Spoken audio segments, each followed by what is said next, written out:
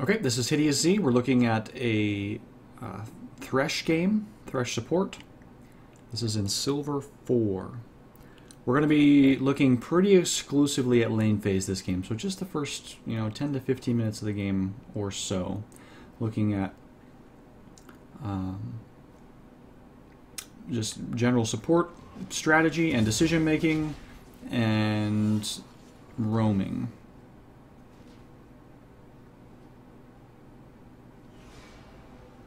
So let's just see how this goes first a little bit, and I'll start to talk some overall stuff.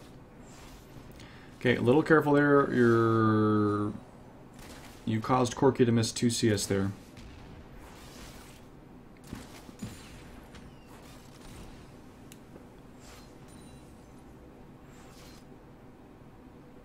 Okay. I'm not sure why Corky is hanging out on the brush so much.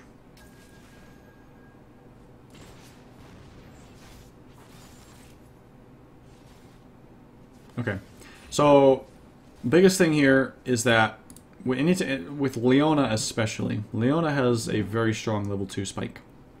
So in any 2v2 lane, or in any lane, but especially in a 2v2 lane, your first priority upon getting to lane is to hit level 2 before the enemy duo.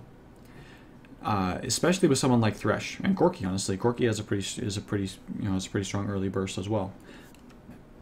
But especially on somebody like Thresh, because you have a ton of lockdown available to you at level 2.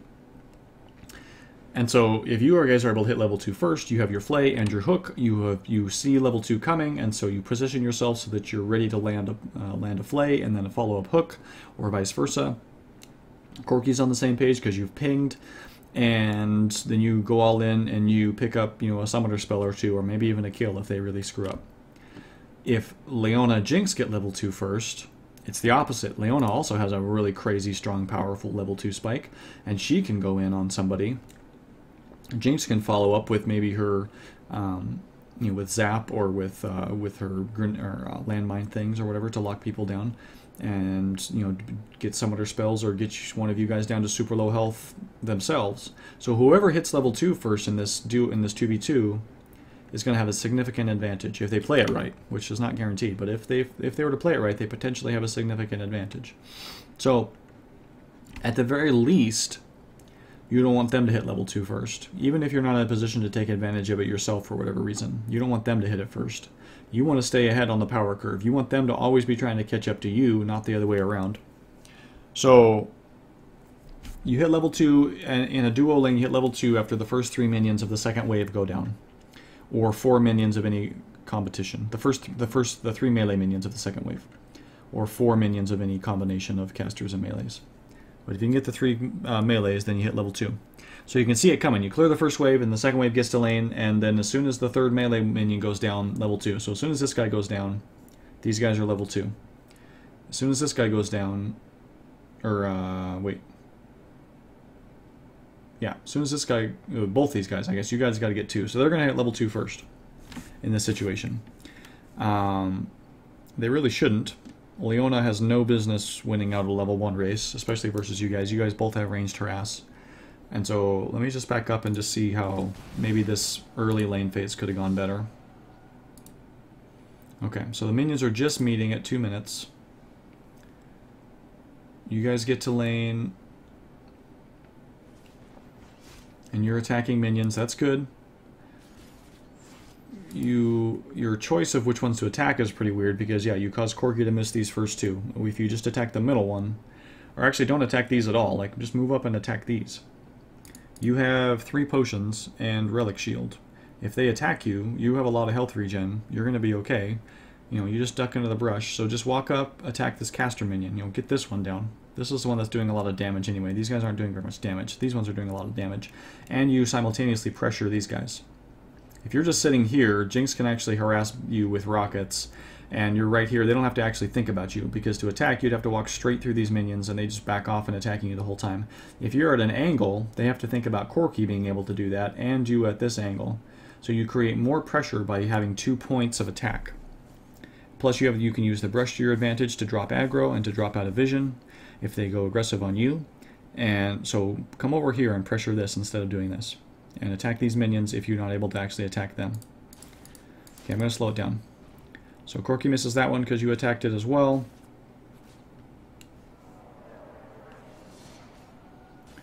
And now you're kind of not doing anything when you could be pressuring this and attacking these guys.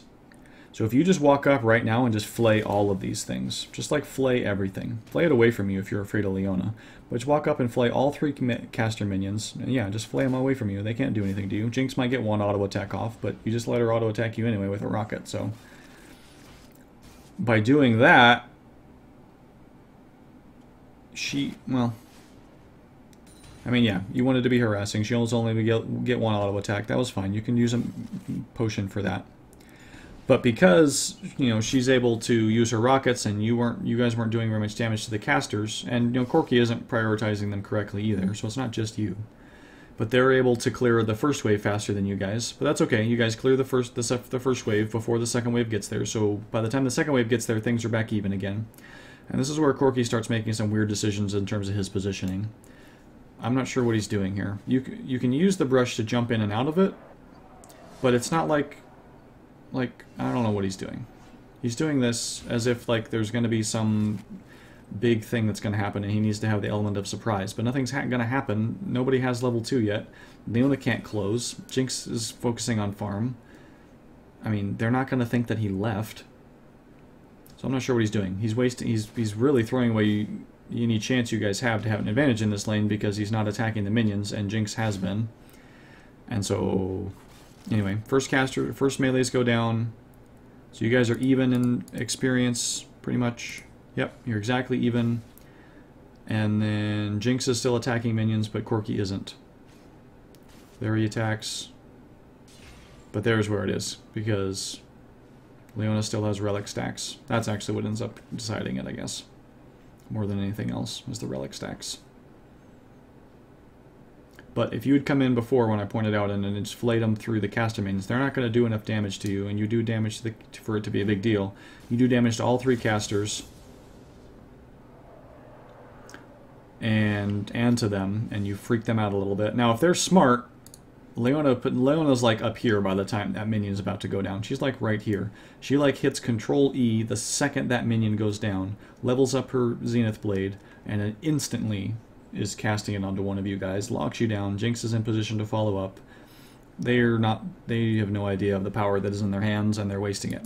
So that's fortunate for you.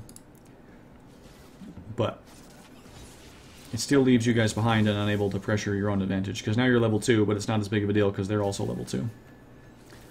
Okay, so, but that being the case, now that the lane is here, this is a nice position for you versus Leona. If Leona does have a bit of an edge, having the lane pushed up to your turret is pretty awesome. So that was kind of a weird decision to hook there. So let's look at this. So right now, these guys are a little bit ahead. Not brutally, but they're a little bit ahead. In terms of just in terms of pressure. They're not like super far ahead in, you know, in farm and stuff yet. Obviously they haven't gone back for items. But just in terms of pressure, they're doing a little bit better. You guys are playing a little bit too passive in my opinion. But you're positioned really nicely right now, because as they push closer to the turret, Leona's ability to actually affect things goes down and down and down, and your ability goes up and up. Because Leona has one direction that she can go, forward. And so if she's close to the turret, she cannot do that, because she will go under the turret. Or she will put herself close enough to turret range that it's easy for you guys to drag her into turret range. So her ability to actually make plays decreases dramatically the closer you get to the turret. Your ability to make plays increases as you get closer to your turret.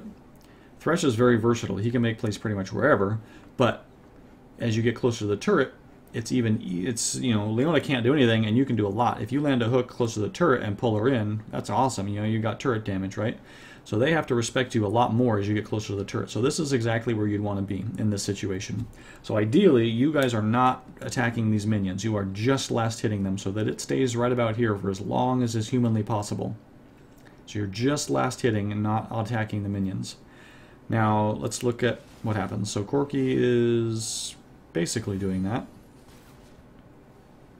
But now, like, okay, so you come up to hook. So obviously it's not a great hook because they're in the minion wave, so it was going to be really hard to hit anyway. This is the kind of situation where if you want to land a hook in this case, you kind of need to walk out and land Flay first. But in this situation, like, Corki can't really afford to fall. Like, there's 6 minions here, right? This is not an advantageous time to fight. They haven't made a mistake. They haven't overextended. There's not a lot of minions that will help you fight them. You guys don't have some significant summoner spell advantage or some other thing that's going to win you this fight. You're just kind of coming up and trying to force something. You're throwing out a hook and seeing what happens. And that's never the way you want to approach it. You want to punish mistakes. Thresh punishes mistakes brutally.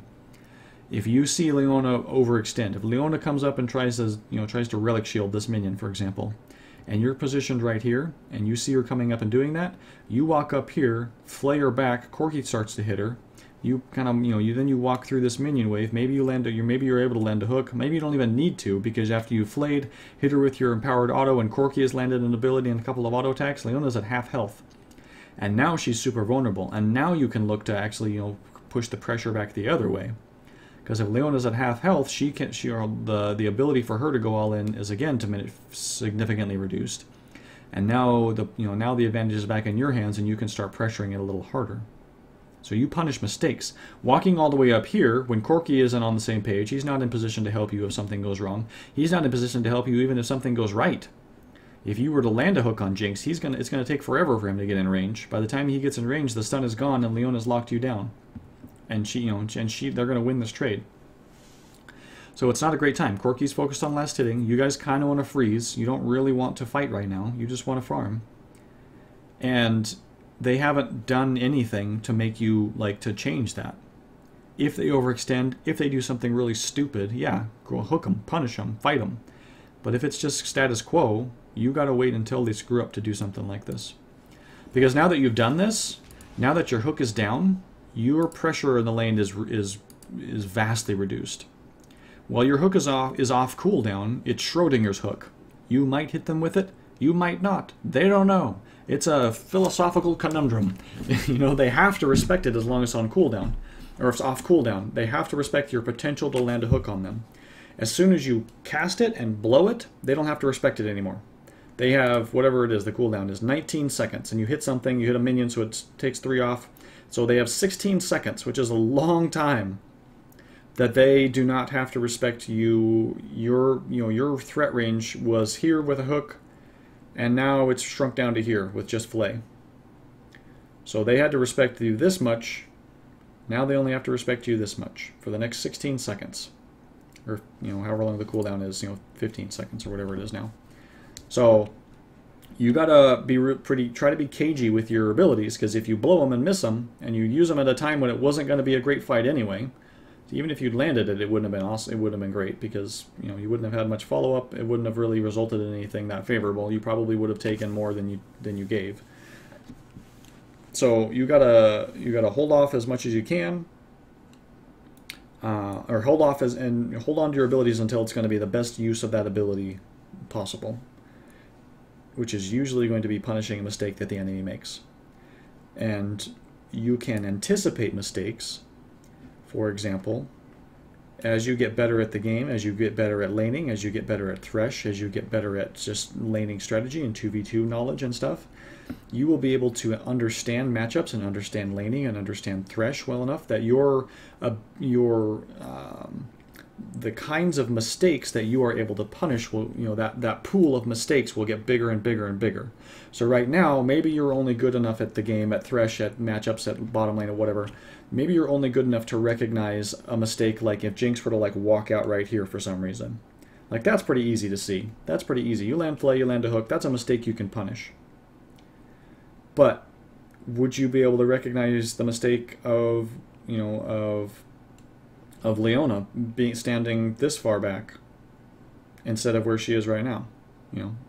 If she's standing back here instead of here, are you able to see that mistake and use that as an opportunity to get some good damage in on Jinx when Leona can't back her up? Are you able to identify the mistake of them, back in that level 2? If they don't know about your level 2 power spike, then you can be watching how they're acting. If you guys can push for that level 2, like I said earlier, and you can see that you're winning the level 2 race, that you're killing minions faster than they are, and you're going to get there first, you can look at them and you can say, okay, as soon as we hit level 2, I'm going to level my hook, because I have fillet at level 1, so I'm going to level hook immediately, and I'm going to, as level 2 is getting closer, I'm going to be positioning myself so that I'm ready to land a fillet or a hook. So, you know, the minions are all fighting here, so I'm going to move off to the side as that level 2 is getting closer, so that a second it dings, I slam Control Q to level my hook, and I cast it instantly, because I've set myself up for it. And I'm looking at them. If they aren't responding to the fact that we're about to hit level 2, then they don't know what's about to happen, and that's a major mistake that you are identifying and moving into position to punish.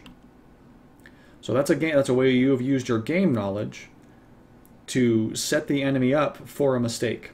And you've identified that they're falling into your trap, and now you're going to snap the trap closed. As opposed to what you did here, which is just kind of walking up and throwing your hook out and seeing what happens. You're just rolling the dice. Maybe it works out, maybe it doesn't. In this case, it almost certainly doesn't. And anyway, well, it actually doesn't. But in the universe of possibilities, there's very few of them where this actually works out in your favor. And so, that's just kind of a mistake regardless. But the mindset is you're just kind of walking up and seeing what happens, rather than setting up a plan, looking at the minion health, looking at what they're going to have to do next, likely to do next, and putting yourself in a place to punish the list of likely mistakes that they are going to make. And again, as you get better at the game, and better at Thresh, and better at all this stuff, that list of likely mistakes that you are able to anticipate and put yourself in a position to punish is going to get longer and longer and longer. Because you're better and better and smarter and smarter. And so, anyway. That's kind of, especially as a support. Support is very cerebral. It's very much about mind games. There's definitely some mechanics, but where like an ADC is largely mechanics and some mind games, a support is mostly mind games and some mechanics. Mind games and game knowledge is what you are bringing to bear to win games, as opposed to just like making big plays or whatever. Okay, moving on.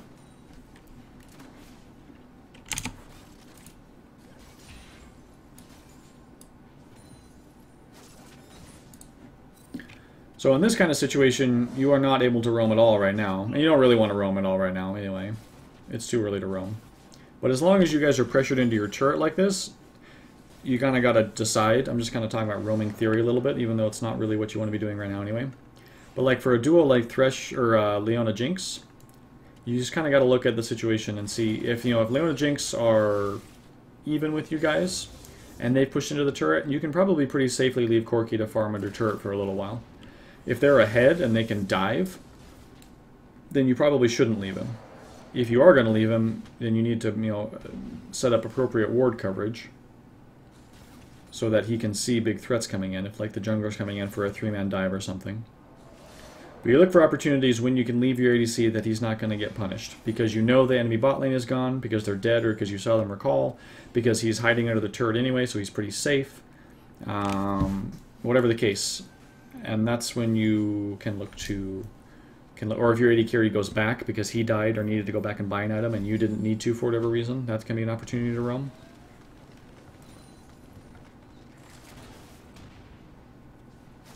Okay, so that was a big opportunity to punish potentially. So as soon as, let's look at this here. Okay, so you're kind of moving up. You probably don't know this is warded. You can test if something is warded, by the way, by just walking into the bush and just not issuing a move command. And if Thresh automatically attacks a minion or something outside the brush, then it's warded. Because if it's not warded, then he won't attack. He won't give away his position automatically. But if they have vision of him anyway, then he'll just auto attack by himself. So that's a quick way you can test to see if a brush is warded. Anyway, so you walk in here, you don't know it's warded, so you're looking maybe to set up some pressure. And that's good, by the way. Using the brush like this to create pressure, if they don't have vision of you, if this ward isn't here, even if you don't end up doing anything, again, it's kind of Schrodinger's hook, right? They have to respect the fact that you might be right here, and you might be able to hook them. So they have to play differently. If they can see you sitting over here, then they don't have to respect any of that. They can pressure up all the way up to here. If you're in the bush, they don't know. So since it's warded, that's not the case, but just in general, this is... So you step out, you don't end up doing anything, unfortunately. But you back off and they're chasing you now. And so, not quite yet, But in just a second, Leona's going to chase you too far. Corky's already almost in auto attack range. He can just take a quick step forward and start attacking Leona. So in just half a second, Leona is going to go too far, and you guys would be able to... So right now, actually, right now, if you flay her, Corky starts auto attacking her. You take a quick sidestep to the up, because this minion is here. So you flay, that pulls Leona and this minion here. You throw your trinket ward into the brush so that you don't lose vision of her when you step out of the brush. And then you take a step up here and you hook her. And the reason you take a step is so you don't accidentally hook this minion. So you take a step up this way, throw your ward in the brush, and cast your hook on Leona. And she's slowed and has been knocked up from the flay, so she's not going to be able to dodge it. Corky is attacking her the whole time, and he's kind of systematically backing off so that Jinx isn't able to pound him. But he's staying in range to attack Leona. Your hook drags her into minion aggro range, so they're going to start attacking her. Corky's able to pound her the whole time. You're not going to go all in. You're just going to drag her into minions, and then auto attack her yourself as often as you can. She's going to have to turn around and back off. By the time she gets away, she's at half health at best, probably. And again, you've created a situation where the next time that happens, you probably don't have a kill here yet, but the next time that happens, then it's a kill, right? So this is a mistake you could punish. But you don't. You guys kind of back off instead. Jinx messes up and zaps a minion.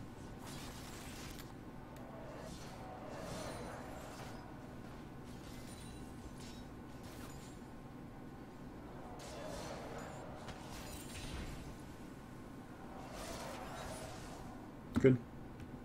So I like that you're looking to create pressure and you're positioning aggressively so that they have to respect you and think about you. That's really good. There's ways that you could be doing it cleaner and ways that you could be... There you go. Nice hook. Okay, good. That was good. Corky screws up really badly there, but that was good by you. Okay, now you're able to... Okay, you blew her flash. So Corky, for some reason, put himself in melee range of her, which was dumb. But you hooked that, you played that well and set it up. But that's exactly the kind of hook that, you know, could have happened here too. And if you'd done it here and then that happened, then Leona is dead, right?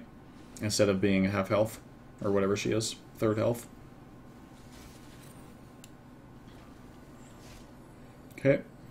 So at this point, so let's look at the situation again here.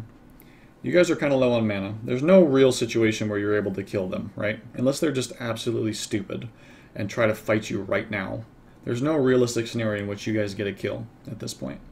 All they have to do is just back off. Jinx has her rockets, she has zap, she can safely farm this stuff without you guys being able to do anything. If they just position up here so that there's minions between you and them and don't overextend like morons, then there's more minions in your wave than there are in theirs, and so it's going to push, and all they have to do is be patient.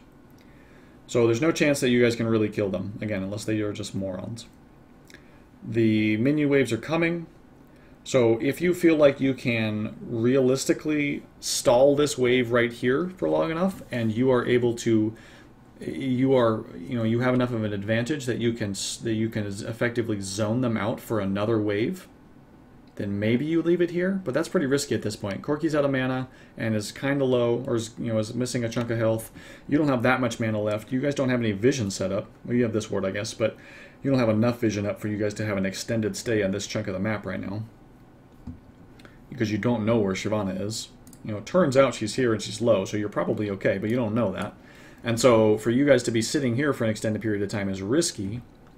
And because Jinx has enough range, it's going to be hard to zone her out completely. So anyway, maybe there's some situations where trying to leave it here for as long as possible is okay. This is not one of them.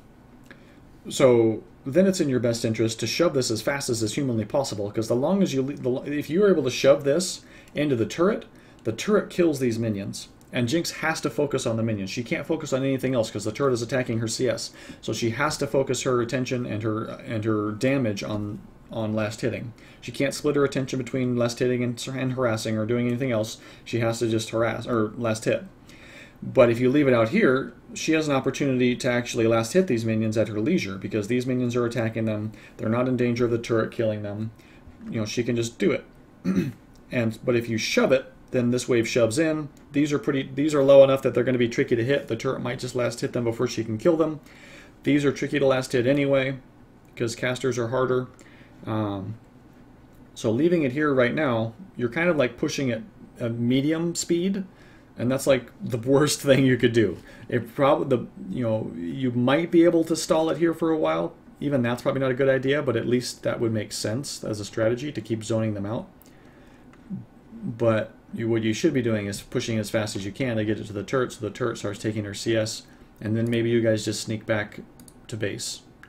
You've got not quite enough gold for Sightstone, but you could get a couple of wards and a ruby crystal, and Corky could pick up, a ruby crystal and swords, so that he's got a couple of components of phage. You have enough gold to go back and get meaningful items while Jinx is stuck here.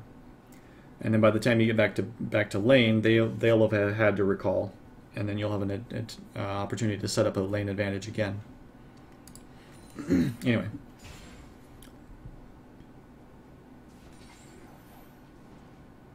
So again, that's like what's going to happen if you land that hook? Like, what's the best case scenario? What happens if you land that hook? Jinx gets pulled to here. Maybe you land a flay. But if you go up close enough to land a flay, you're in turret range and Leona CC range, and you're going to take a crap load of damage if you do that. You don't have Ignite. You don't have Flash. So you don't have a way to pump out extra damage. Corky is out of mana. He's not able to pump down a lot of damage. So even if again, casting out Hook here, like, even if you land it, what's going to happen?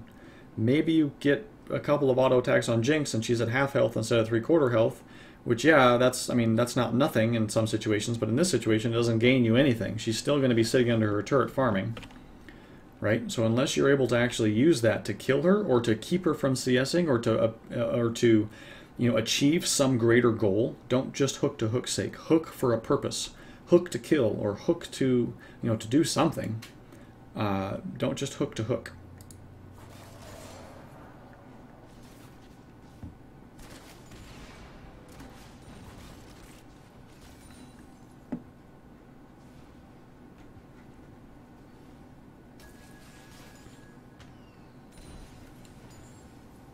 I'm really confused by the way that Corky is using his phosphorus charges, because he's using them to kill like one minion.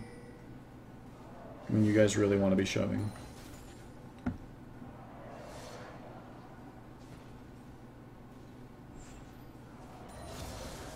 You guys either want to be shoving, or you want to be letting them shove it back towards your turret.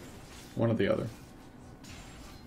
Okay, you got several free auto attacks on Leona. That's a good opportunity to recognize and notice when she's tunneled on Relic shielding that cannon minion. You did a lot of damage to her. Oh, see, keep going on that. Oh, keep going. Oh, dude, that was an opportunity. Look at this. Okay, so you got Leona down to half health just because she was tunneling. Look at the minion waves. You have way more minions here than they do. So in a fight, you guys automatically have a bit of an advantage, because if they choose to scrap it out with you, they're going to be taking minion aggro from a ton of minions, and you're really not. So, oh my gosh, look at this. Look at this. This is brutal. If you just come right here, Jinx has to blow Flash to get away from you. If you just walk right here, or maybe not quite that shallow, maybe you go like right here, then she has to either blow Flash, or just hope that you miss Hook. Because if you are able to walk right there, then she has to walk this way. She can't walk straight back toward her turret because you're in flay range if you walk here. So if you come this way, you can flay her back and land a hook. If she runs here, that's a pretty easy hook to land too, because she doesn't have much room to juke here. She runs to the wall, she pretty much has to go this way, because if she jukes this way, you're still coming toward her, and then you're in flay range again, right? So if then she gets the wall and then has to run this way, that's a pretty easy hook to land, because it's very predictable. She's running this way. So she's out of position. She doesn't even realize it yet, but she's very out of position, and you have a great opportunity here. You can start pinging like mad so that Corky gets on the same page. Corky comes in. You might not have a kill here because of how much damage you guys have available and how close they are to their turret, But you can really put the hurt on her so that she isn't able to just walk out of her turret this brazenly in CS, and then maybe you guys can look to zone. If she's at a half health or a third health, then maybe you guys can look to leave the wave here and zone her out for a while. So you come toward it and you like go to auto attack her, which is great, but then you back off like that was mission accomplished. When dude, take 2 more steps forward. She even juked this way, like into your brush. She handed herself to you. Keep walking forward. Flay her, hook her, give a lantern to Corki. You know, murder her. Get her as close to death as possible.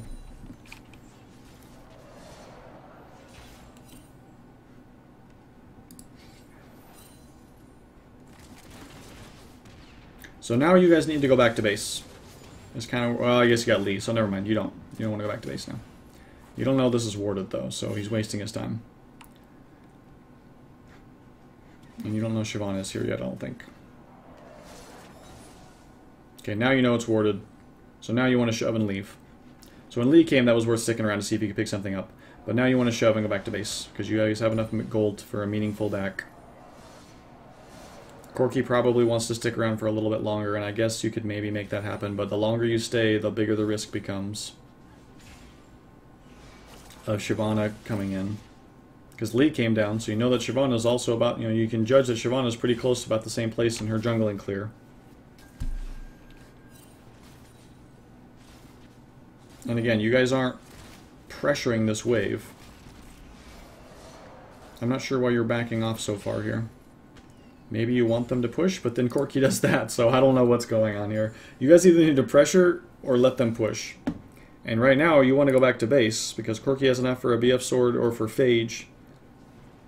Yeah, you guys should have gone back before, because Corki could have bought Phage and you could have bought Sightstone. That would have been a great back. But you guys stuck around. And now they've pushed up to the point where it's going to be, you can't really back now, unless they just leave.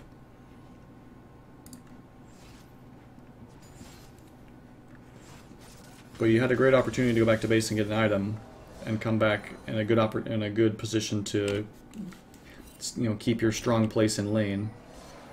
And you stuck around too long. You obviously don't want to go back to base too early before you have the goal to get meaningful items.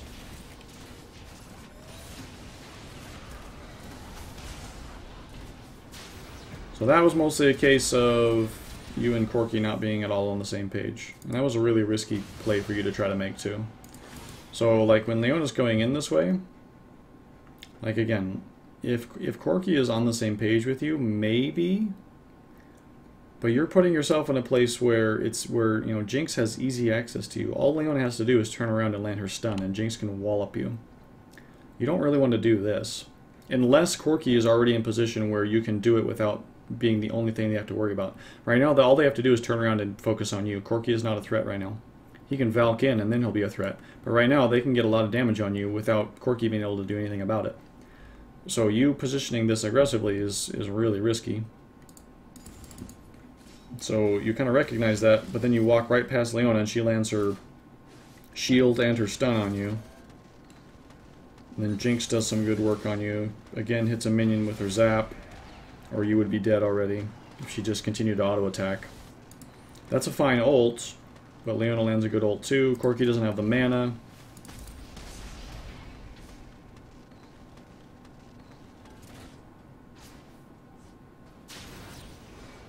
So, this is the kind of situation that if you guys had gone back earlier, you would have been back to lane by now.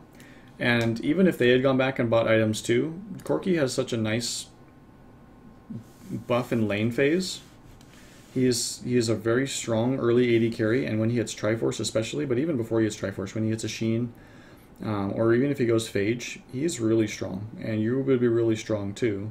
And so you guys could have come back with probably a nice item advantage. Jinx might have picked up a BF sword, so it would have been maybe a wash in terms of who's actually ahead. But it would have been a good opportunity to at least give that a whirl. But instead you guys stick around for so long, and then you make a really aggressive and questionable play there and get punished for it. Lee's going to clean up here, thankfully. Hopefully. It's 1-for-1 right now. Okay, yeah, 1-for-1 at least.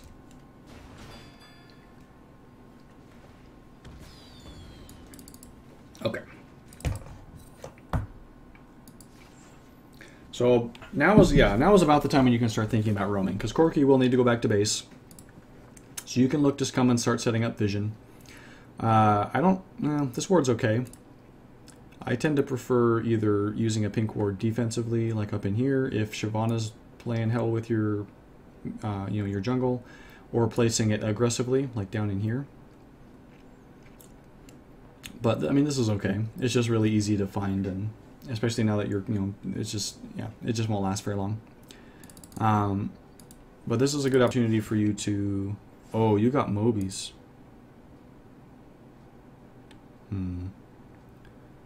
How much gold did you have?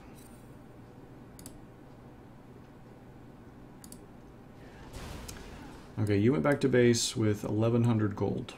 Or you died with, or almost 1,200 gold.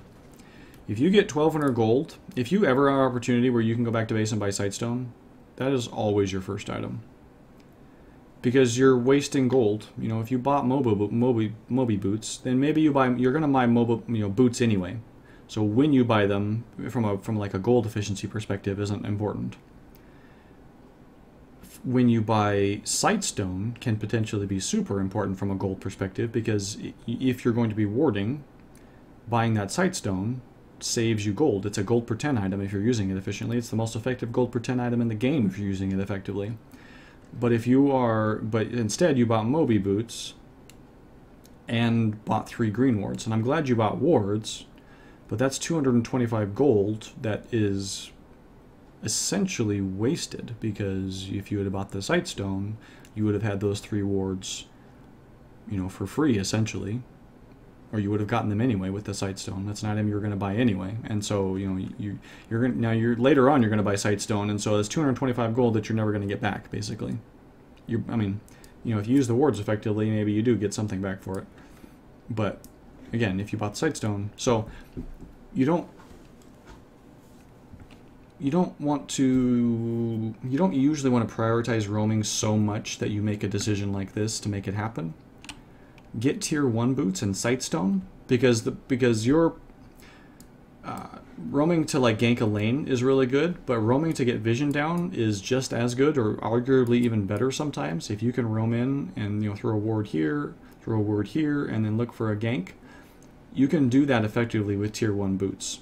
It's not as, having mobility boots is nicer, but you can do it with tier 1 boots. And buying that Sightstone gives you that health boost and saves you that 225 gold. So it's not a huge deal. It's not like the end of the world kind of thing at all, but it's definitely just an efficiency problem.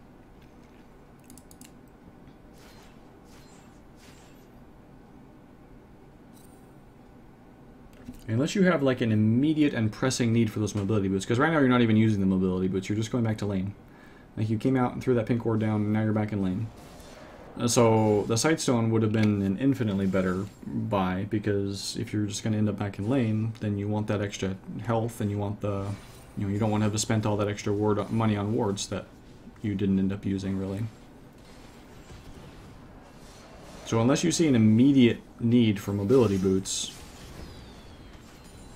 that, again, was kind of a wasted set of abilities, because it doesn't do meaningful damage to Leona, and Corky wasn't in a place where he could follow up because he was last hitting.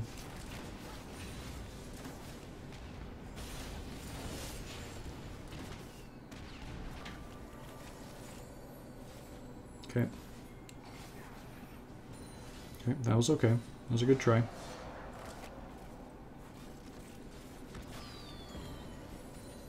Good. Now you focus Jinx. Nice, nice, good. Good focus on your part.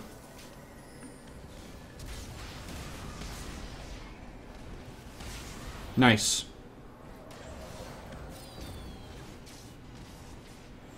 Nice, that was really well played by you, actually. That was good instincts. I want to look at this again, just because it was really good. Okay. So one thing you can do, right, in this situation, is when you see Leona's pretty readable. Like, it's pretty obvious what she's thinking right now, right? It's very obvious what she's thinking. If she casts Zenith Blade, and you can counter it with Flay, Like if you flay back toward Leona right now, it will counter it. You know, she'll start moving forward and your flay will bounce her off, and then Corky doesn't get stunned. So you can work on that. That's just a skill. Anybody with a gap closer or any sort of thing like that, flay can counter it. That's why flay is so powerful, or one reason flay is so powerful. But anyway, so you don't do that, but that's okay. It works out. So now at this point you recognize what's happening. You know, Leona is on Corky, but Leona's power is that she sets up Jinx, right? In and of herself, she's not able to do much if she doesn't have any follow-up. And so you recognize that, and you cut the follow-up off. You step in front of this zap, which is really clutch, and then you bounce Jinx back, which forces her to burn her flash to try to get in range. Then I didn't see if that actually shielded Corky or not, but it was the right move. And then then you flash in with your ult, and now they're super overcommitted and they're toast. So really well played by you. Really good instincts.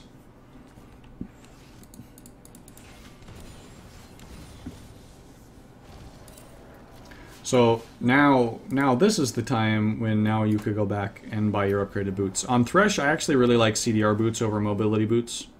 I think you get a lot more mileage out of CDR boots, because if you max your CDR early, you're pumping out your abilities so quickly that I think it's worth the little bit of less mobility. That's kind of a personal preference thing though, so I understand the mobility boots. They're also very strong. But only if you're using them constantly to roam. If you're going to be spending time in lane more than you're roaming, then CDR boots are going to be better. And in this game, you have a Ziggs as your mid laner, and Ziggs is going to spend a lot of the time shoved. And so your ability to roam in this game is probably going to be pretty limited, because just of the way that Ziggs works, he shoves, he has lots of AoE. And so, you know, in this matchup, you're not going to have a lot of opportunities to roam mid. And by the time, like, you know, late in phase and mid game comes around, then, you know, a turret's gone down, and your ability to roam is, you know, you don't have to be falling back to bottom lane to protect the turret, because either their turret's gone or your turret, you've moved on to other things at that point, and so you can afford to be roaming all over the place, like top lane and stuff. But for the first part of the game, this isn't going to be an easy lane to gank. Gragas has a lot of tools to get out of a gank between his ult and his dash, or his body slam or whatever, and Ziggs is going to probably have it pushed 90% of the time anyway, so there's not going to be a great opportunity to come in and gank. So if you're going to roam, it's primarily probably going to be to establish deep vision in their jungle. And you don't really need mobility boots to do that in general. They're helpful, but you don't need them. The CDR boots probably would have gotten a lot more mileage, and you could be plopping down wards all throughout there, keeping their jungler on your mini map. But in this lane, there wasn't honestly a lot of great opportunities to ward, just because of the way the timing worked out with a lot of things. Or to roam, excuse me.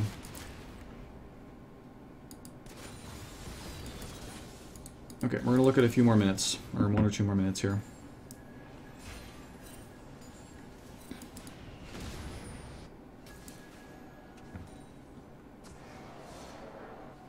Okay, so this is an opportunity where you could roam. If you could just tell Corky to freeze it here, and if you're at least semi-confident that they aren't able to just dive him, which he's pretty safe at this point. He has Valkyrie.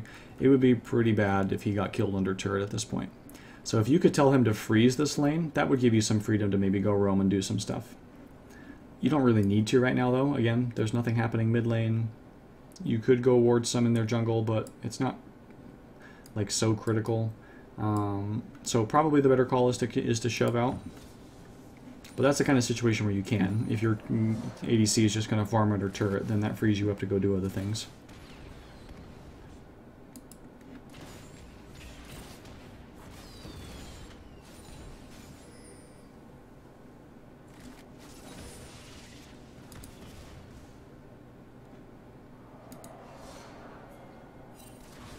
Okay, Rumble's coming in.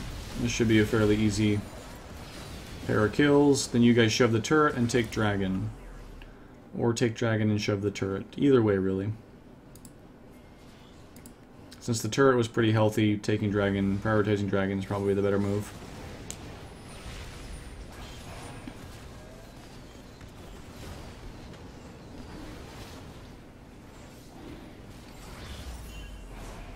That's a situation where you really should have waited and used your flay first to set that hook up. That was a really low percentage hook because you didn't have great vision, and it's a long range one, so it's a low percentage of success. Whereas if you wait until, because you know Shyvana's going to come in, right? She wants to steal this dragon, so she's going to get closer. And she is going to be more worried about avoiding your CC than she is going to be spending the time to kill you because she wants the dragon. She is on a ticking time clock. So you can just kind of come out here, and then when she comes close or gets you know, then you flay her, and then it's much easier to land your hook.